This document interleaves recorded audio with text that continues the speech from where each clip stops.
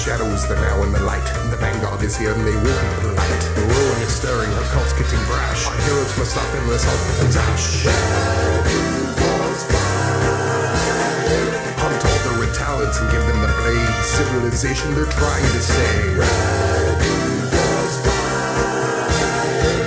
Evil and mayhem have a new foe. The vanguard will teach you the meaning of woe.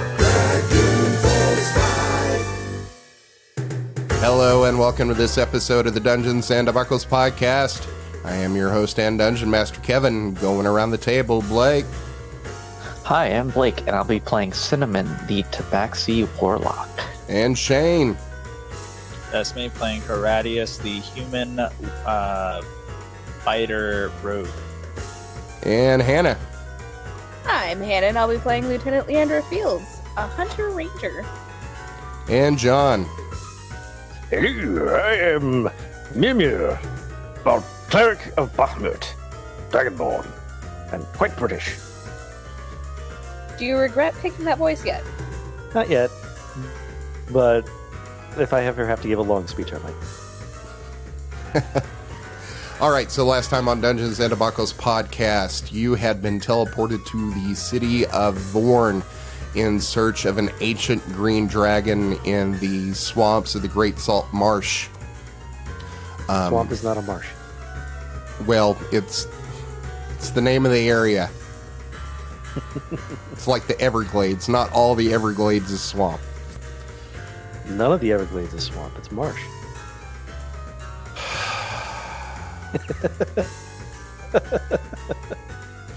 So, you took a boat across the channel here over to this marsh area where you were dropped off by some boatmen in a skiff that wished you luck. So, as you look out over the marsh here and you all can see the current map, you are here to the south of Vorn and the northernmost portion of the Great Salt Marsh. So, as you look out, basically what you see is mostly water with some grasses and these lily pads and flowers poking up out of the water. The water is currently, if you are a medium-sized creature, up to about mid-thigh. Some of the shorter of you, it's probably up to your waist. The water here is very warm. It's very briny. You're picking up a lot of salt in your nose, along with rotten vegetation.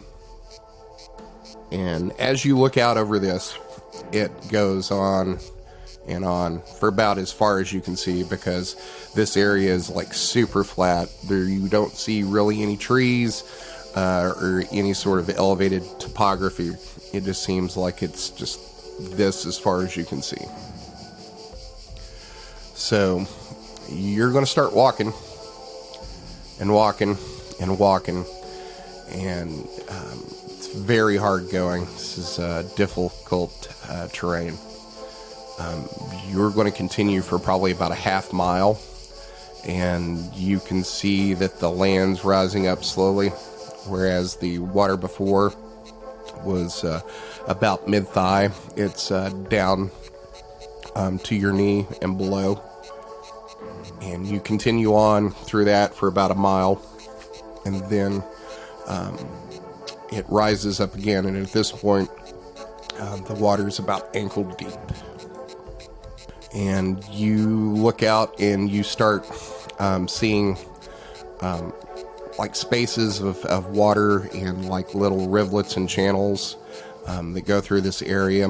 The grass is much shorter. As you're walking through, it's scratching your knuckles, and after walking for so long and moving through this, your skin gets to be a little raw. That is, if you don't have scales or fur. So basically just you, Horatius. You look down and you start You can see some ticks that have started to affix themselves to your clothing. The insects here are just swarming you. It's unrelenting as mosquitoes and gnats basically come towards you in clouds. You're smacking them off, but you're still getting bit. You've got these gnats that are in your eyes, and you know, you'll take a breath every now and then, and you'll suck one up your nose, you know, as you're trying to keep your mouth closed probably anyway, even though this is exhausting walking through, just to keep the bugs out of your mouth.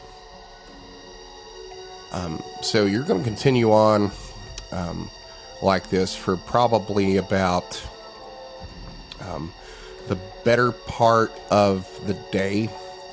You don't feel like you've gotten very far, maybe about 5 miles. But as difficult as the terrain is here, you know, walking through all this water, your feet keep getting sucked down into the mud. You have to pull out, and you just get exhausted. And the sun's starting to go down, and you start looking for a place that may be dry enough to set up camp. Give me a survival check, somebody. Probably Leandre, since she's the ranger, if you took survival. I didn't, but it's fine. Ooh, crit. So you continue on for probably another 30 minutes or so, and you are going to find what's basically a island in the middle of all this muck. You'll, walk through, a watery part, and then you walk up on this piece of land, thinking this is just more grass, but maybe it's not as deep as where the water is exposed. And you actually find some land here. While not necessarily dry land, it is elevated and more solid than the mud and muck that you've been walking through. And this is towards the end of the day, I take it? Yeah. You've probably actually gone further than you would normally, but you're not going to be able to go out and probably search for game or firewood, which is where the portable campsite that you were given is going to come in handy. Yep, let's set up camp here. Let's get the portable campsite out and get that taken care of. I will. Yes, let's get out of this muck. All right. So you pull out this backpack and you unbuckle it and open the flap, and magically it kind of animates on itself as it folds out and folds out and folds out, and you see these tent posts pop up with canvas attached to them, and you have what's basically like a 25 foot by 25 foot square, magical tarp canvas that lays out across this swampy island. And you look around, and there's 5 tents and a fire pit and wood in the middle of it that's set up for a fire. Although if you're going to make one, you're probably just going to make it for cooking or whatever, because it is, even with the sun going down, it is probably about 90% humidity and maybe 95 or 96 degrees down here. And if you've been walking in armor, you have not been having a great day. I'm going to need everybody to give me a Constitution saving throw, please. 14. Even leather armor, or am I good? You've got leather armor on, but you're also covered in fur. Ah, yes. If you've got medium or heavier armor, you're going to be rolling with disadvantage. Disadvantage, that would be a 12. In that case, I got a 2. Oh, yeah, because you're Here's wearing my- heavy armor. Question, Kevin. Yes.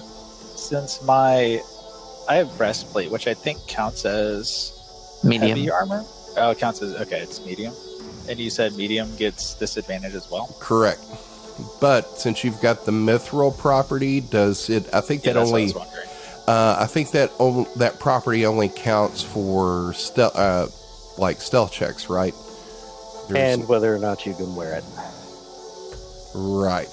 So I'm going to say with the mithril, you would not be rolling at disadvantage, even though it's medium armor, because like the whole conceit of it being mithril is it's lighter. Sick. Okay, because I rolled a natural one on my disadvantage roll. All right. So yeah. So everybody except Horatius is going to take 1 level of exhaustion. At least my stupid thick Constitution bonus is helpful for something. You're dummy thick. The clap of my Constitution saves keeps alerting the guards. So you all settle in, maybe make some food for the night. But most of you, well, everybody except Horatius, who's had,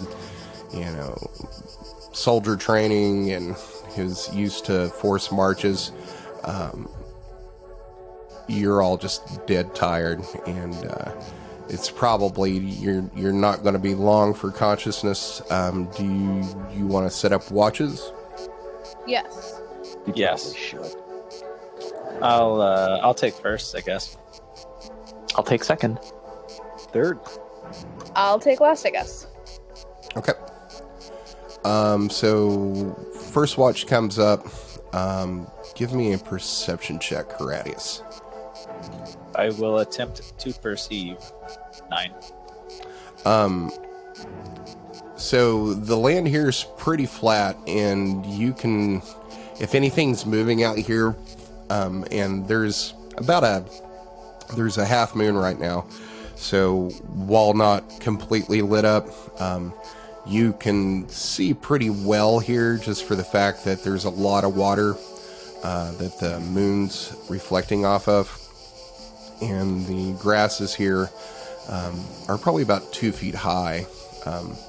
So anything that would be, larger than that, you would be able to see moving around. You have seen some movement that you think is probably some like large bird that is out here in the marsh. But other than that, your watch is pretty uneventful. Exciting. Next up, I think, is Cinnamon, right? Yes. All right. Perception well, check. Yes. And disadvantage on ability checks. Does that count for skill checks as well? Well, I mean, your skills are related to your ability. Hold on, let me look it up real quick, just so we know. I think for it is sure. disadvantage on that. But skills aren't abilities. They're ability checks, but then you get proficiency bonuses with them. Yeah, so an ability check, all of your skills are based on an ability. So, like, your perception's based on wisdom, your acrobatics is based on dexterity. So, yeah, that would account. Yeah, and at no point in exhaustion do you get a disadvantage or anything on a skill check, so it almost certainly counts as disadvantage. Correct. Yep. Say 9. Much the same. You switch shifts with Horatius, and Horatius is like, yeah, it was uneventful, saw a bird, just about basically it. But as you are looking out over here, being a Tabaxi, you've got pretty good vision. You're not really seeing anything, and as far as like your hearing's concerned, you're having really a hard time hearing anything that would be, basically outside the radius of your campsite, just because there's this cacophony of like frogs and insects, and it's just a wash of like We're being noise. attacked by a cacophone. Yeah. it's just a wash of noise from like all the insects and creatures out here, which is kind of comforting a little bit if you're trying to sleep, but it's also like disconcerting and worrying if you are trying to keep watch out of here. Yeah, that's fair. Who's got next watch? That would be me. Okay, give me a perception check. 23. All right. So with a 23, much the same, your hearing's extremely dampened just for the fact that you've got this basically... Sorry, disadvantage. Only a 20. Well, even with a 20, it's hard to hear anything just for the fact that you are within hundreds of square miles of basically what's a white noise machine. As you're looking, would be that too. yeah. So as you're looking out, probably about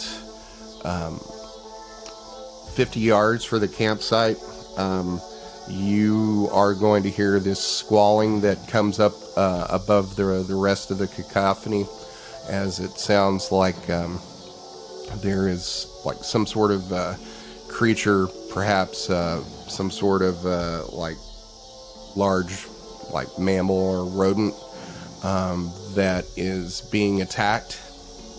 I will sigh and say that's the way of nature. That's the way of nature, I suppose.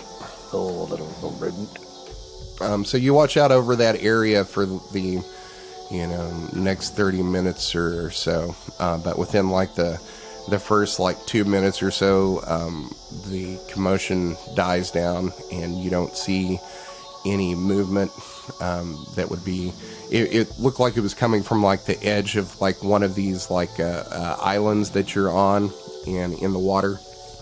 But after the first 2 minutes or so, the commotion stops. You watch the area for about another 30 minutes and you don't see anything. All right. Well, I will wake up Leandre and return to my... All right. So, Leandre. Perception check? I'm guessing it's a Yep. perception check. 9. Wow, there's a lot of 9s going on today. So, much the same as Horatius and Cinnamon. The night goes on fairly uneventful. You see, movement in the water a couple of times that look like there's some sort of like waterfowl, like a duck or some other bird. But other than that, the rest of the night goes uneventfully. All right, then I'll wake everyone up. Okay, so as everybody wakes up, give me another Constitution saving throw. Rare one? Yep. 17. 10. We have Nice. disadvantage on these. No, not on saving throws. That's on your third level. Okay. Well, either way, 21. 4.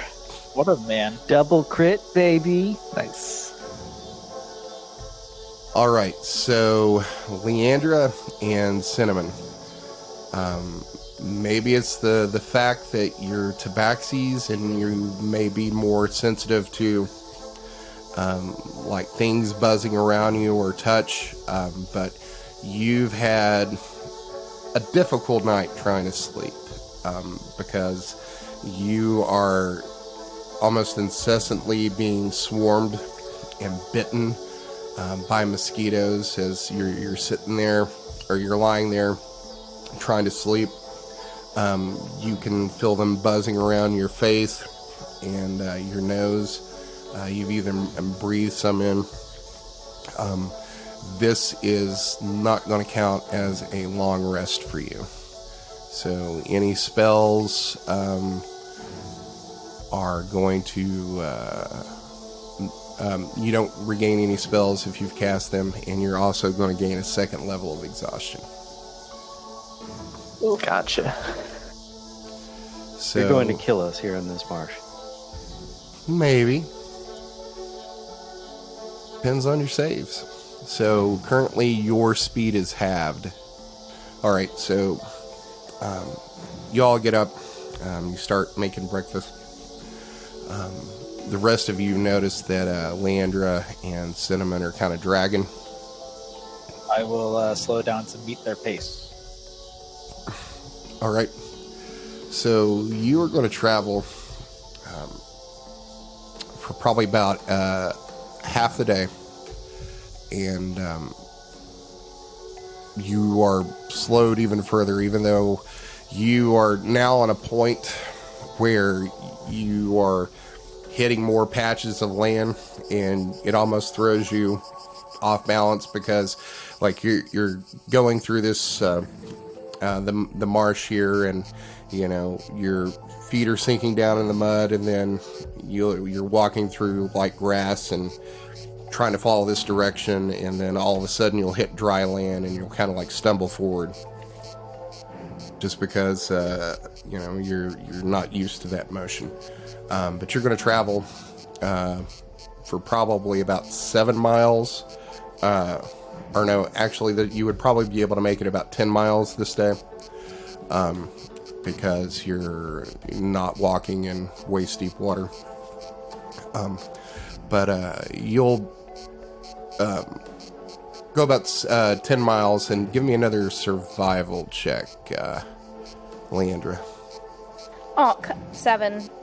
All right, so you're looking for another one of these pockets of dry land, and about the best you can find before you're just giving up for the day is this area that's not exactly like dry or hard, but it's a little less muddy than the rest, and you all decide that this is probably about, as good as you're going to find, but while you still got energy for the day. So you pull out the portable campsite and make camp again for the night. Thank God we have this portable campsite. Right? It's pretty great. If only we had something to drive away insects, that'd be pretty great too. Mosquito nets. Maybe if we had an Argonian with us, that'd help. God damn it. Do you have any like extra cloaks or anything like that? You might be able to make a makeshift mosquito net. I have Smith's tools. Can I use my clinks to scare them away? Nah. Let's just light a really fun, Wait. a whole lot of fires. Oh my god, Shane. Yeah? You have that bag of herbs, right? Yeah. Can you pull out citronella? Roll for citronella. Like, I that's don't- an actual herb. But is it edible? I think so. So Hold I- on. Let me look up citronella real quick. Google it. I don't know if it counts as a spice. It's used more as a perfume. And it is essential oil in perfume.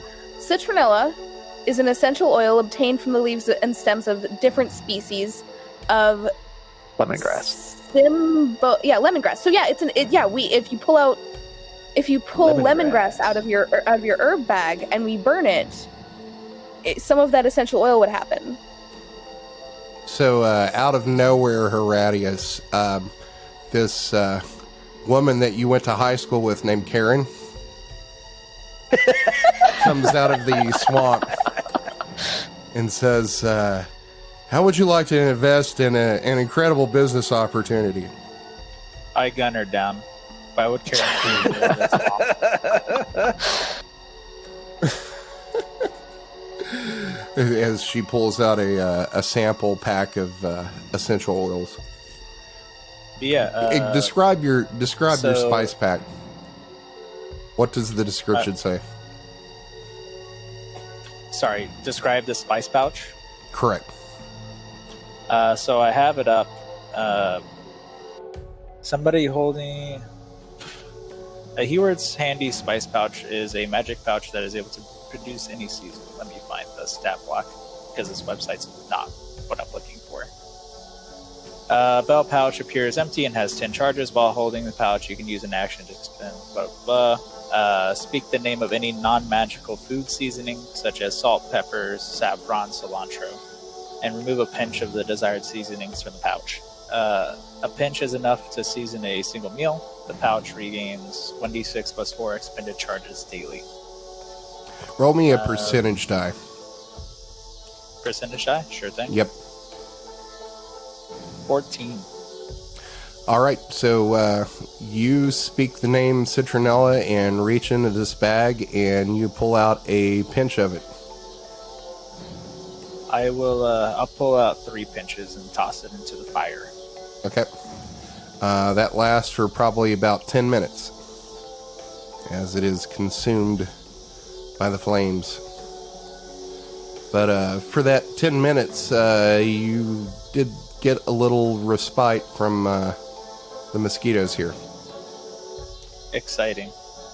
Yeah, it seems to work, but it only lasts for 10 minutes. I mean, Well, it was worth trying. You could try putting up some blankets over the mouth of your tent Let's build a blanket fort. or a cloak, which may keep the mosquitoes out, but it also has the added benefit of keeping all your body heat in here as well. Sorry, did you say added benefit? Sure. If you were in the Arctic, it would be a benefit, wouldn't it? It's a I mean, you're feature, not not a wrong. bug. Has the added effect. Added effect. It's a feature, not a bug. we've got too many bugs around here.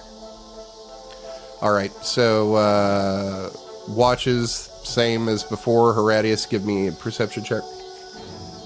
Not even an ask. Just saying it's the same way. Wow. 23.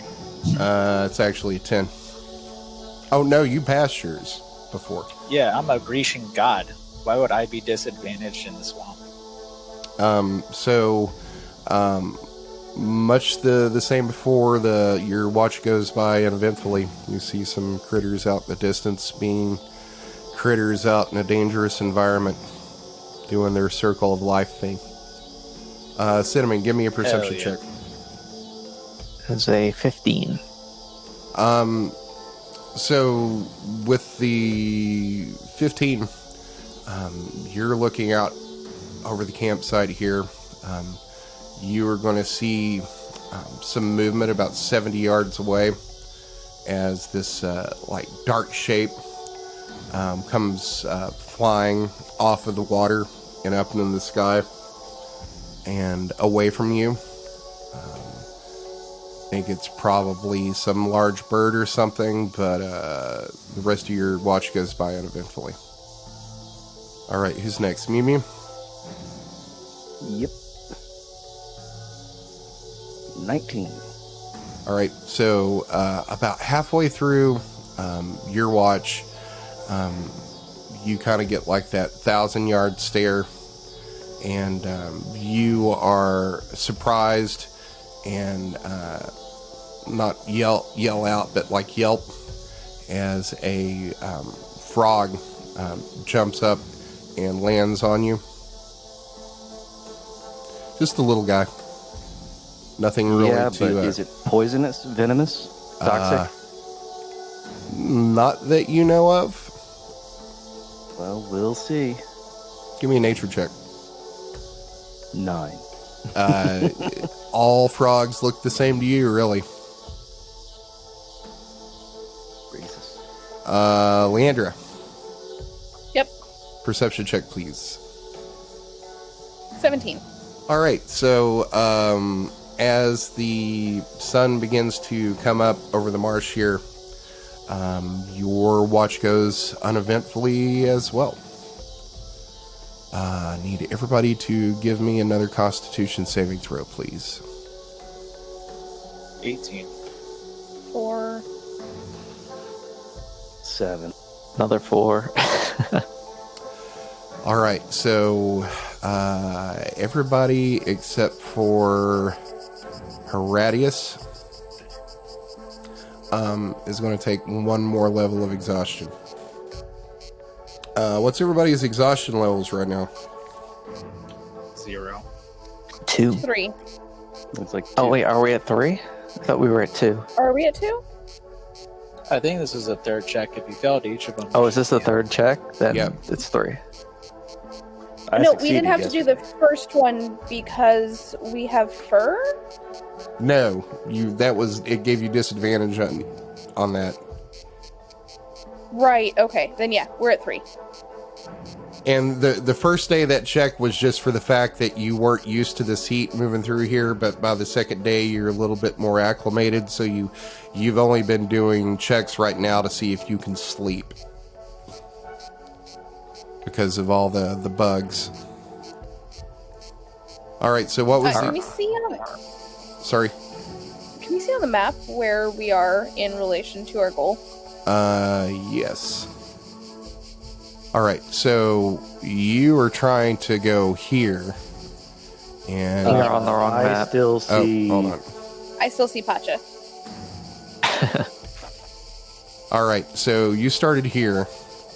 This is where you're trying to get to, right here. And each one of these squares is about 10 miles. So we're like, So you're like about here. You haven't made it to near Chor yet. And now our speed is halved. Correct. Companions, I suggest we take the time to fully rest. We seem to be not doing so well in this God's forsaken marsh. I was actually just thinking that. What if we took an extra day to just rest, relax? It'll take us another 2 days to get, 3 days to get to Chor anyway.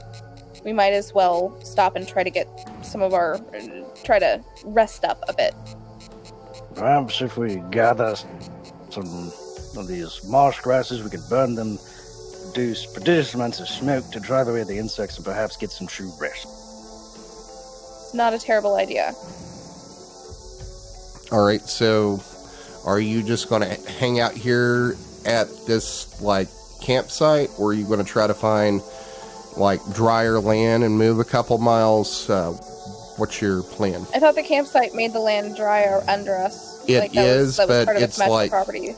It is, but it's still, it's dry, but still if there's nothing underneath it to support it, it's kind of weird. It's kind of like if you were on a 25 foot by 25 foot waterbed.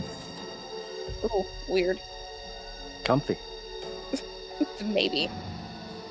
If that's what you're And into. besides, the cats now have disadvantage on their saving throws, so they will get exhausted faster if we try to go in. Yep. Yeah. I'll maintain the fire and the smoke if you guys want to go ahead and lay down. I'm Giving not, me dancing room PTSD. dancing room. No one remembers that? The room we had to dance across? Oh yeah, that Oh, one. yes. Yeah, yeah. I thought you were referencing like a game or something. No. You know anything past about 4 hours ago? I've already forgotten. Just an upscale cool fish. Alright, so what's the plan? Stay here and rest. I'll fan the flames and then continue smoke on to scare away the bugs. And then just take a day of rest, I suppose. Okay. Yes. So, you spend the entire day. Give me a... well, actually, you won't need the survival check for this, because as you remember, you were given a bag of holding that had a bunch of camping supplies, including wood. But you're also go out and grab some of these reeds and grasses that are a little bit on the damper side that make a like a dirty smoke. It's actually kind of pleasant smelling. on the fire. Oh no, are we gonna get high? Give me a Constitution saving throw. I'm kidding. Tripping balls on marsh grass. But we'll say that you spend the day here. I want to put a marker on the map here just so we know where we are. Yeah, that's good right there. So you spend the day out here trying to rest. Everybody give me a Constitution save. Disadvantage for the catters. 7. 11. 3. 8. All right, so Did we drive away the insects with the smoke, though?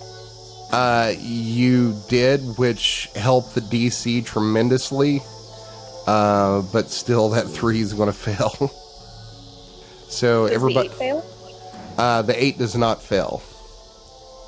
So everybody except for Cinnamon is going to get an exhaustion level back. And Cinnamon's going to take another level of his exhaustion. Guys, Take another level. make my tombstone here, because this is like the Oregon Trail. That I means thought that's 4. So you, Tabaxi did people in hot, warm places. It's also moist, though. and Well, it's, that is at this Because they point, live in it's jungle. not about the heat so much. I mean, it is about the heat just because, I mean, it's hot, but it's also about being able to get that long rest in with having all these insects buzzing around you. Now, if somebody had like a spell like Leoman's Tiny Hut or Magnificent Mansion, would have been really helpful. Hey, don't look at me. I'm a warlock. I don't have enough spell slots for that. All right, so you're able to get through this day and night without anything happening, but your companion Cinnamon is looking pretty rough. You pull out the map, and you think if you, well, your speed still halved. If you probably within the next day and a half or 2 days, you think you could make it to Chor. I should have been casting Bless this whole time. It only lasts for a minute, though, doesn't it? Yeah, but if I cast it before you need to make your con check, then Yeah, it doesn't work that you can add way. to that roll. Do you have lesser restoration? Maybe? Yes, I do. I don't have it memorized. I don't think it affects exhaustion, though, does it? Is it lesser or greater that affects end either exhaustion? one disease or condition affecting it. Condition can be blinded, deafened, paralyzed, or poisoned. I think it's greater restoration that gets you the exhaustion levels back. Yeah, I feel like we've talked about that. I'm looking it up right now. It's okay, guys. I'll just use Summon Greater Demon and just destroy the entire surrounding area, and then we'll have dry ground or something. Yeah, it says it's greater restoration is exhaustion, which, I mean, doesn't make any sense to me why that's greater restoration and not lesser restoration. Oh well, looks like Cinnamon's gonna die. Oh well. Oopsies. no. Ripperonis. All right, so are we moving? Yes, we're I moving. will go ahead and carry Cinnamon, Aww. because All I'm right. strong enough to do that. All right, so Piggyback ride, comrade. I'll be right back, guys. okay. So you awake the next morning. You pack up the campsite, start moving out. After about a mile, the land is going to get a lot more solid.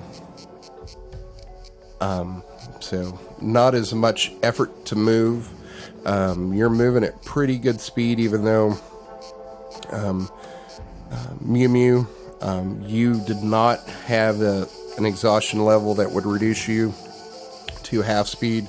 You are moving half speed carrying Cinnamon. Mage Man gets 5 days within the swamp, and he's about to die. So, you got two options here. You can continue on this path here and then try to cut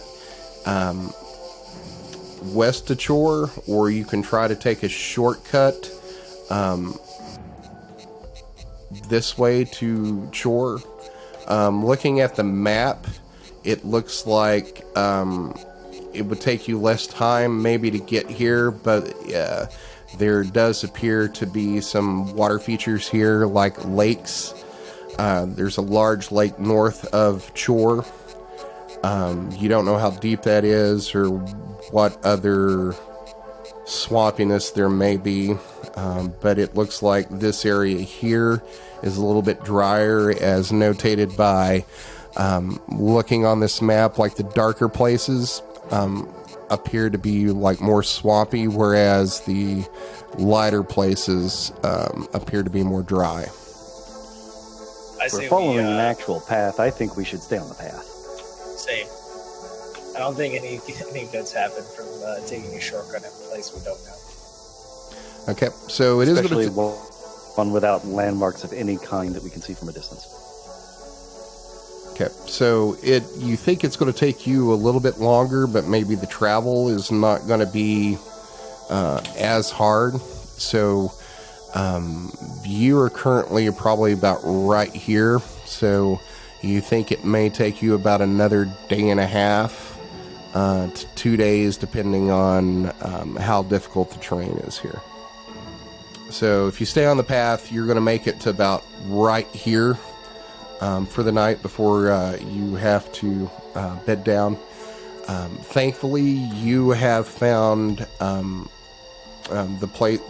land here is, while a little bit muddy, you can find some dry spots that are covered in grasses. So you set up the campsite again, and we'll say that the night goes uneventfully, but I'm going to need everybody give me a Constitution saving throw. 16. It's going to be another Bless help with 3. that? Sorry? Would Bless help with that? No. Bless only lasts for a minute. Like your exhaustion, this will be over the course of 8 hours, so unless you can cast it every minute for 8 hours, it's not going to... 9. 9. Okay, so it looks like everybody passed except for Cinnamon, which you're now at 5 levels of exhaustion.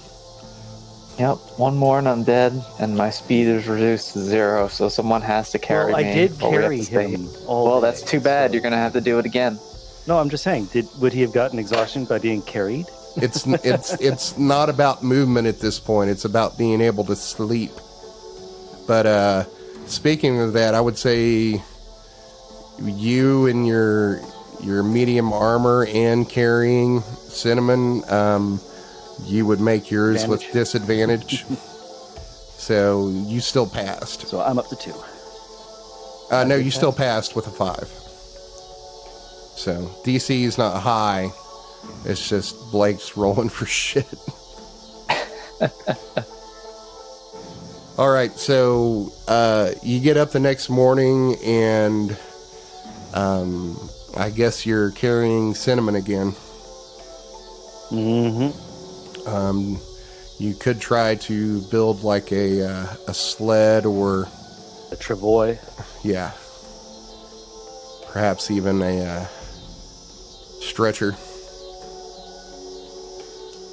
Is there a stretcher inside of the bag of holding that they gave us?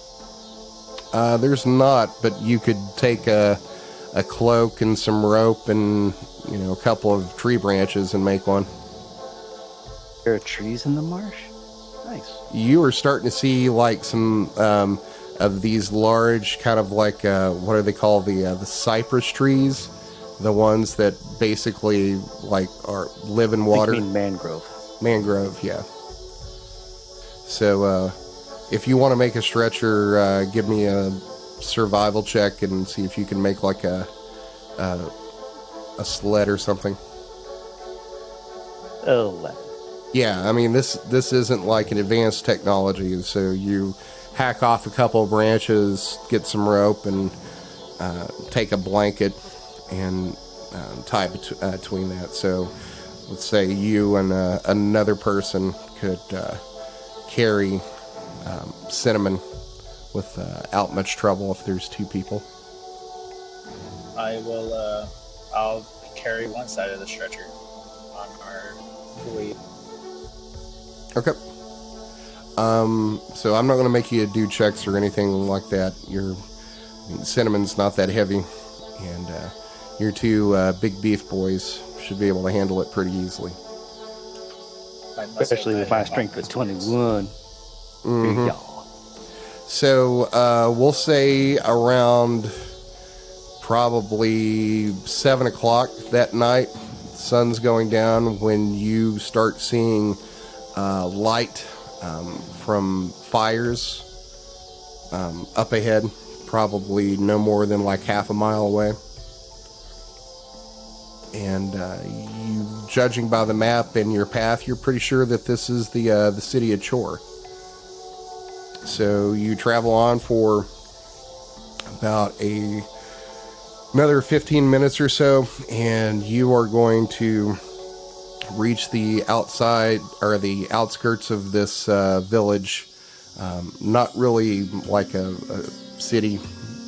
Calling it a town may be generous. But out here in the middle of the Salt Marsh, this gathering of people who've staked out their claim on this fairly large patch of dry land, call this place home. It is about 8 o'clock when you roll in. The sun's just going down. Most of the houses here appear to be either like lean-tos or shacks that have been built. Looking around, you estimate there's probably maybe 400 to 500 structures here. But, you know, they're small, and it's kind of survivalist and minimalist. You see people out on here, if you could call it streets. It's basically areas, you know, between, you know, clusters of these shacks and lean-tos. They don't really pay that much attention to you. You're seeing all kinds of races, from like wood elves. You see a couple of dwarves, some humans. Most of them appear to be scantily clad, just for the fact that it's so hot and so humid here. They're not wearing a lot. You're also seeing other races that you, while not considered necessarily like, you know, savage, they're not very ubiquitous in, say, like a town setting. So you look around and you're going to see some lizard folk here. Cool. Everybody seems to be about their own business, and, you know, while mostly like, you know, cliques of, you know, races here and races there, you are seeing some intermingling between some of the lizard folk and wood elves and humans. You see a couple of tieflings. But you walk around, and is there anything that you're looking for here? And Best. Okay. Mosquito netting. So as you like look around, you are noticing that even like the lean-tos here have this fine like see-through mesh, which you think is mosquito netting. Shacks have it over their doors and windows, so it seems to be pretty necessary out here in the wilds of the Great Salt Marsh. You're looking around and you're not really seeing anything that you would normally equate to as like an inn or anything like that. All the structures here are like one level, probably no higher than like 8 feet. Is there any like sizable congregation of people nearby? Like say, well, it's not like it's the town square and they're all having a shindig. There's people, outside their homes or their shacks cooking dinner over a fire. You see, a group of like men, maybe about 5 of them, a couple of wood elves, a tiefling, and lizard folk that appear to be drinking and sharing like a jug of something. I would like to approach one of the people like cooking dinner or something like outside on a fire. Okay, so you are moving through the town, and this wood elf woman, and appears to be her daughter, kind of like you're looking around and they look up and like meet eyes with you, and the woman's eyes linger for a moment and then she turns back to her child to talk about something. I'll approach after handing off the stretcher to somebody else. I can handle Hey, it. excuse me. Would you... Sorry to interrupt, but my friend here is in a bit of trouble. Would you happen to know anybody that can help us out? Oh yeah, what's wrong with your friend? He's a bit of a magic type, so he's not very. He's really susceptible to the dangers of the swamps on the way here. Oh well, that's sad to hear. Well, we wouldn't say that we got like any doctors or clerics or anything, but there's Shaman Hugh that lives down the street. He's kind of the medicine man here, I guess. If he also does like teeth extractions and stuff like that. He's got some herbs. He may be able to help you out. I don't know. I'm not familiar with anything about magic or anything like that. Sounds good to me. Appreciate the help. Okay, take care. You too. And then I'll go make my way back to the group and tell them immediately about the healer man. Okay. As a warlock, shouldn't Cinnamon have a higher constitution? Well, I do. I have a constitution of 14. You just roll really shitty. I always do. Every time there's like a series of skill checks we need to do or a series of saves, like I roll like shit. That's just how it is with me. I've come to accept that. He rolled 2 natural ones in a row. And a 2. You're a bad friend. Rough times in the swamp. Are you talking to Cinnamon or the dice? Me. Both. Blake. Needs to be better. Well, yeah, let's go to the magic man, the healer dude. All right, so you move down the street and you ask around, and not really gruff, but kind of like terse and kind of wary of strangers.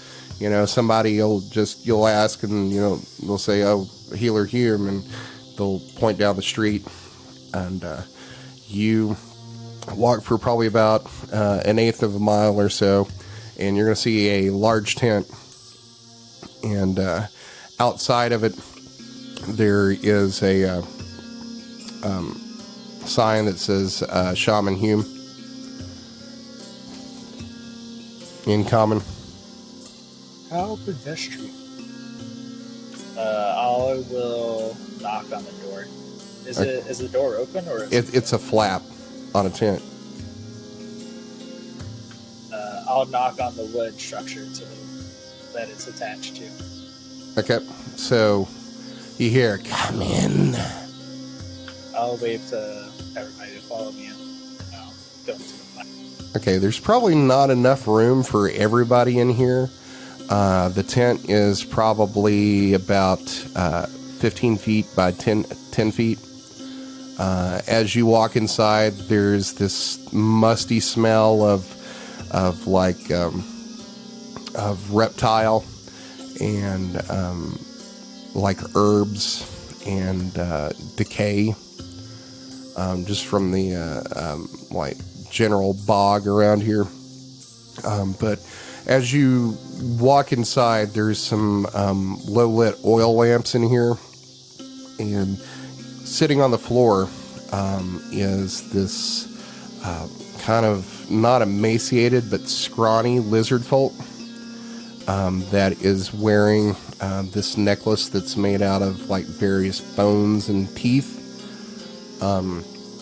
who's sitting crisscross applesauce on the floor and is picking up bones, like knuckle bones and chicken bones and wishbones and stuff off of the floor, and picks it up and shakes it in his hand and throws it back out on the floor, and motions with his finger as if to tell you to wait a second, and then studies the bones for a moment, and then scoops them up and puts them in a pouch and says, "Yes, may I help you?"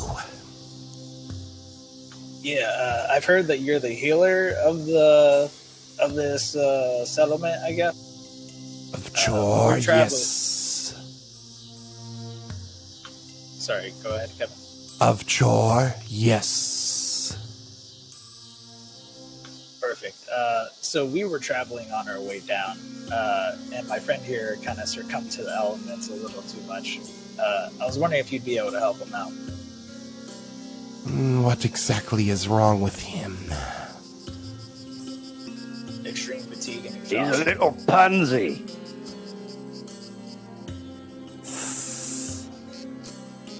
That's not Oh, nice. how did... Go ahead, sorry. That's not nice. And he gets up off of the floor, and you see, now that this lizard folk is standing up, he's probably every bit of like 6.5 foot tall, but like really scrawny and wiry. And he's going to cross over. Did you bring Cinnamon into the tent, or is he outside? Inside, I guess. Okay. So it's me, Cinnamon, and Mjömjö. So he's going to walk over and take a knee in front of Cinnamon, and he takes his hand and he like rubs it over your brow and then fills your ears and says, "What is your name, Tabaxi?"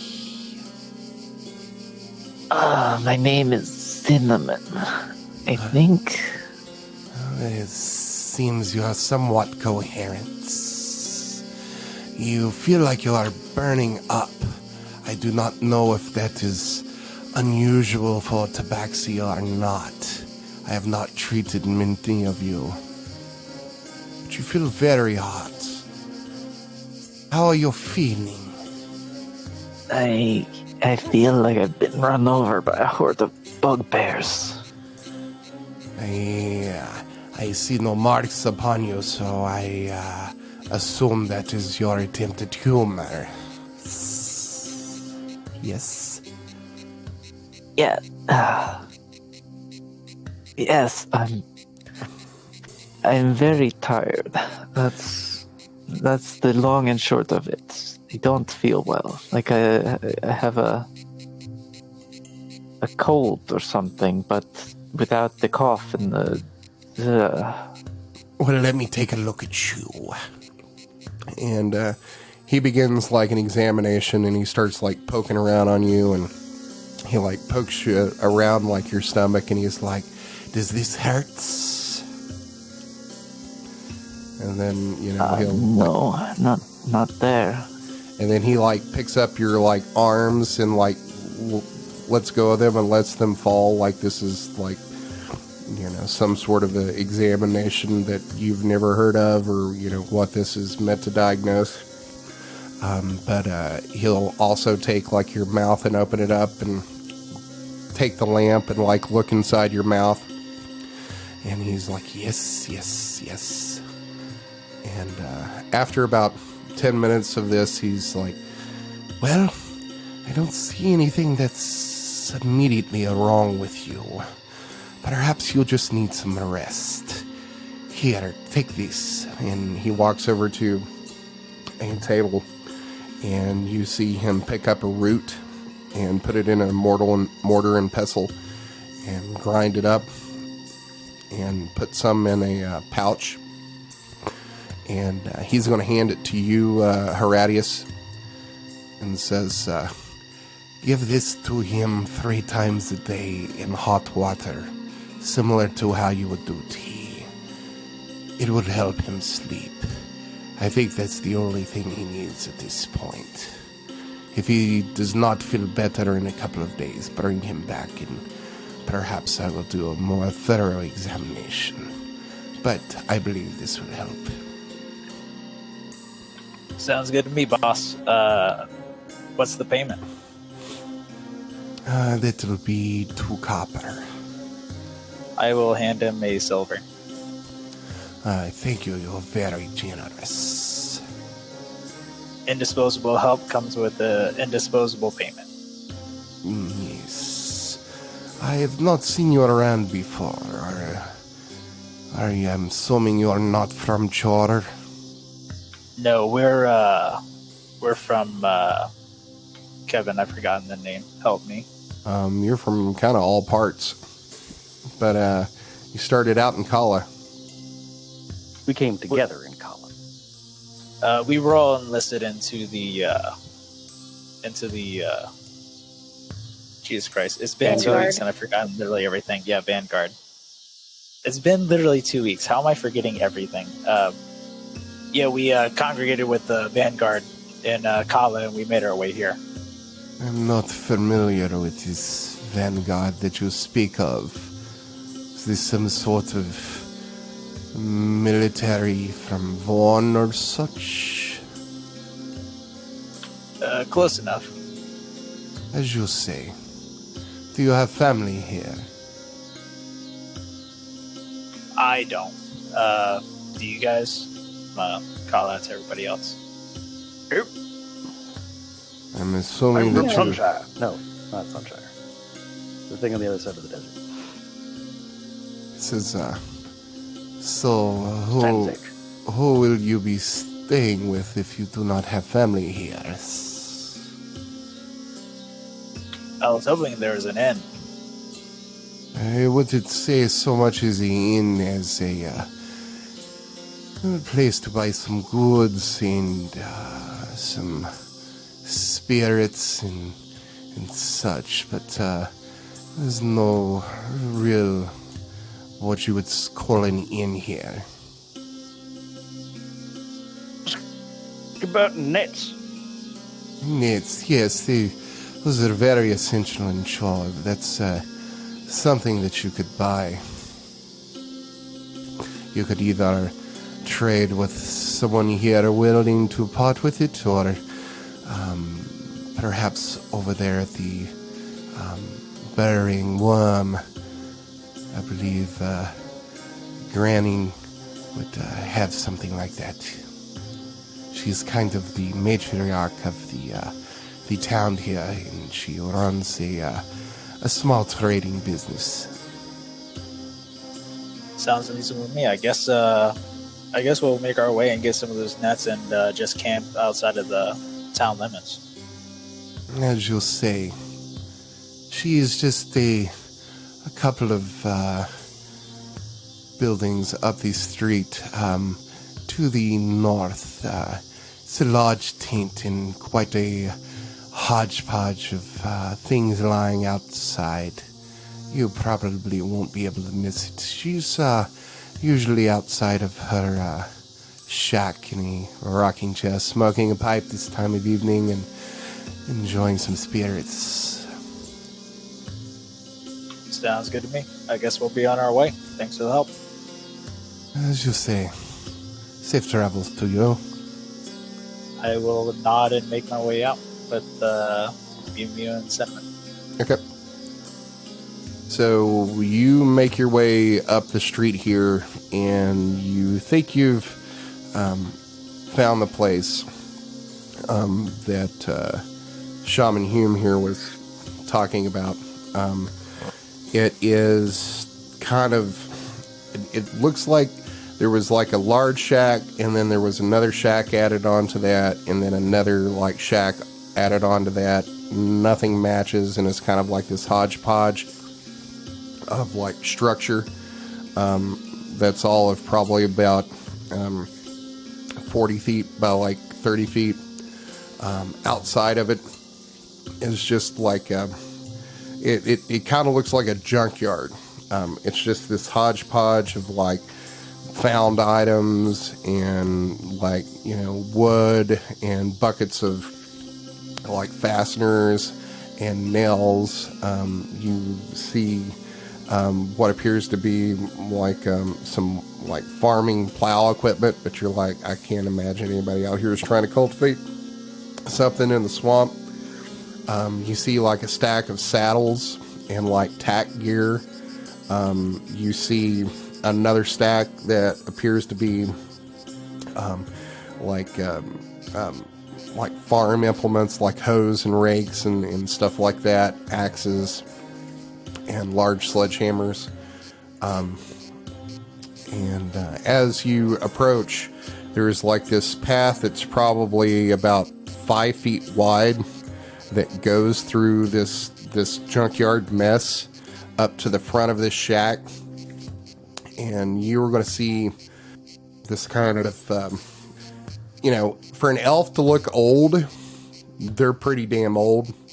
And this is a wood elf that is rocking back and forth on this rocking chair on the front porch, who is wearing what appears to be like this white linen shirt, and she's got these this long brown cotton skirt, just rocking back and forth, and she's got a jug in her left hand that's propped up on the arm of this chair, and she's smoking a pipe with the other, and it's this long wooden pipe that's probably about 1.5 feet long, and she's got like this gray hair that's almost white, that's pulled up in a bun at the top of her head, and the hair is pulled so tight it looks like it's stretching the skin on her face. And she's just rocking and eyeing you as you approach. And you get about 10 feet up this little trail through the junk, and 2 dogs just start going nuts. And they appear out from the junk on either side, and it's these 2 black, large mastiff dogs. They're just barking at you.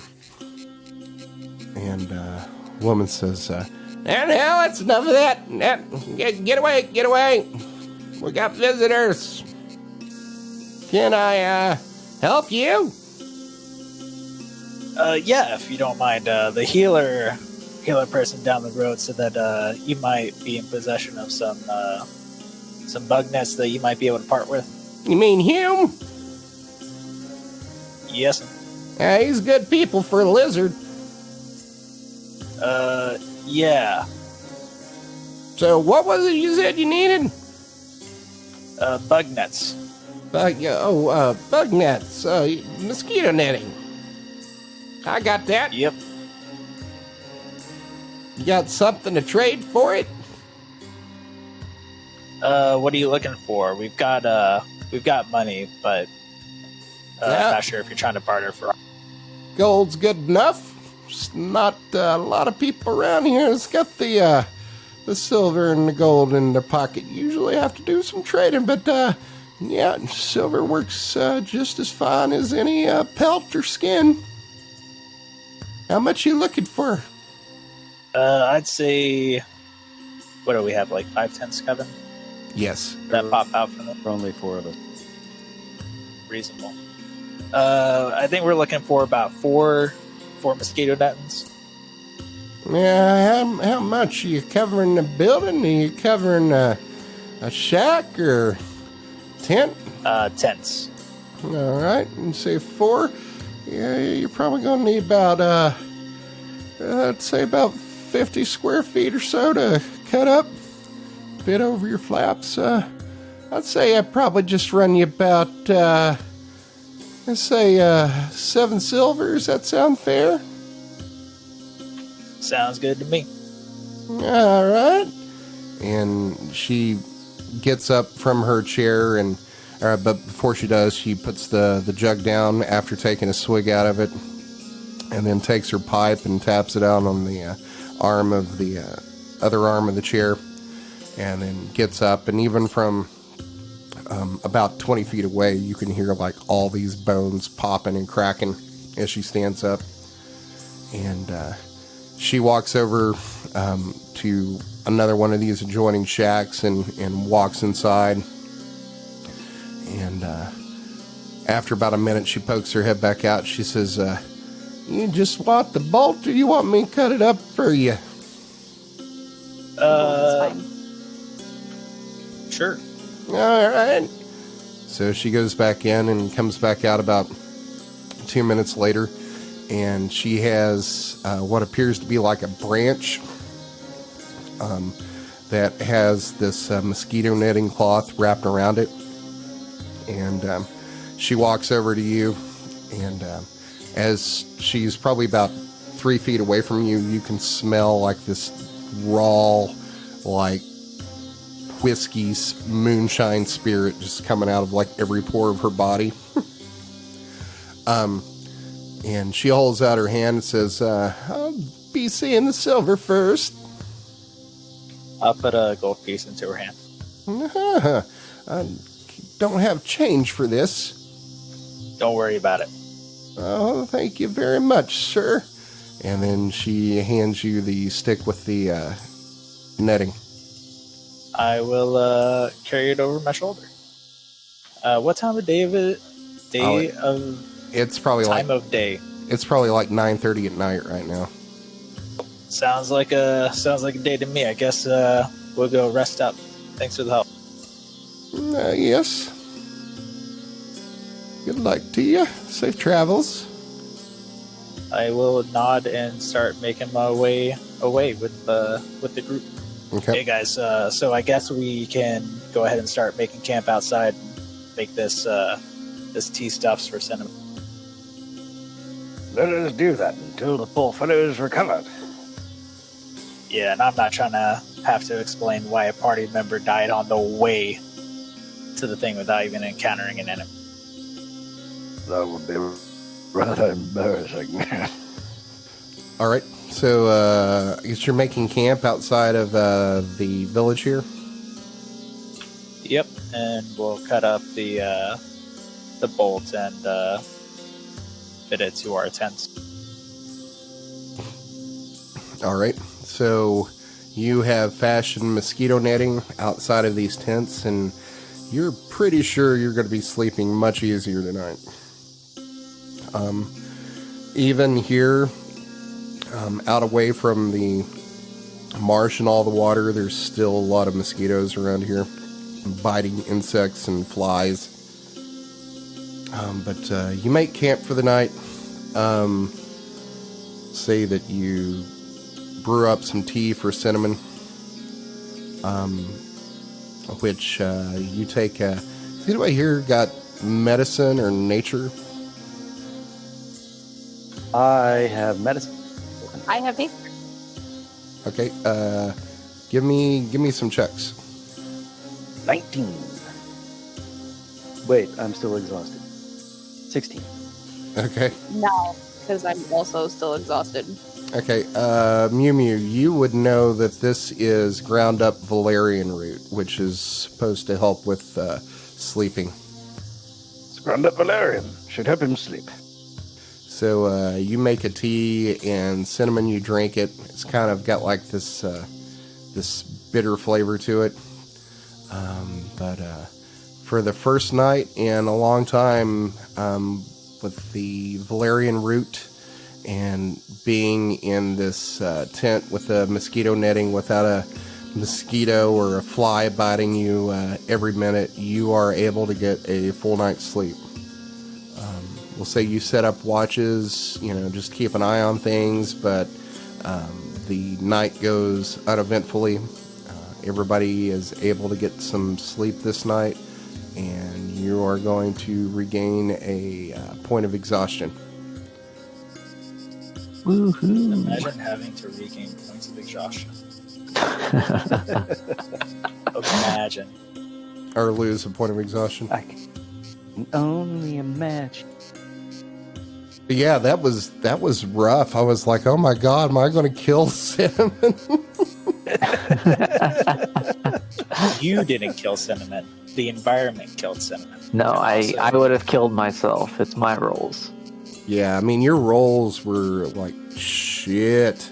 I mean, like, it was like, okay, well, you're getting used to this and that, so the DC's 5 now, and it's like, oh my god, you failed a DC 5 twice. I feel like You're bad at this game. Yeah, Blake has a hidden luck stat that's about at a negative 13. But wow, I mean, that's as low as you can go with exhaustion without being dead. Which I had an encounter planned during that, and I was like, I'm going to give myself a percentage die and see how this is going, because it was like, oh my god. I don't know if I could throw this encounter at them right now, or I'm going to kill all of them. Thanks for listening to another episode of the Dungeons and Debacles podcast. If I could ask a halfling-sized favor, give us a 5-star rating and review on iTunes. It's the best way to support us. New episodes come out every Monday, so make sure to check your podcast app. Do you have an idea to make the podcast better? Tell us about it on Twitter or Facebook. You can also check out our website to see all the maps, lore, and characters at dungeonsanddebacklespodcast.com. And now a word from our fantasy sponsor. The hammer gets you what they owe. Have you or a loved one who is a practitioner of the magical arts been injured by lead-based ink? I'm Hamish the Hammer, and I can get you the gold you deserve. I'm a wizard, and I need nimble fingers and a sharp mind. Lead ink took that from me. There was no warning of the side effects of lead on the bottle, and someone must be held responsible. Going to the town guard or petitioning the leader of your village takes too long when you need gold now. My professional team of negotiators gets to the root of the problem and persuades them to do the right thing. I don't get paid unless you do. Send a raven with a message about your problem to Luscane, care of Hamish the Hammer, for a free consultation. The hammer gets you what they owe. The music you heard on this episode was Mist on the Moor and Mystery Bazaar by Kevin MacLeod and Incompetech.com. Licensed under Creative Commons by Attribution 3.0 license. CreativeCommons.org/licenses/by/3.0.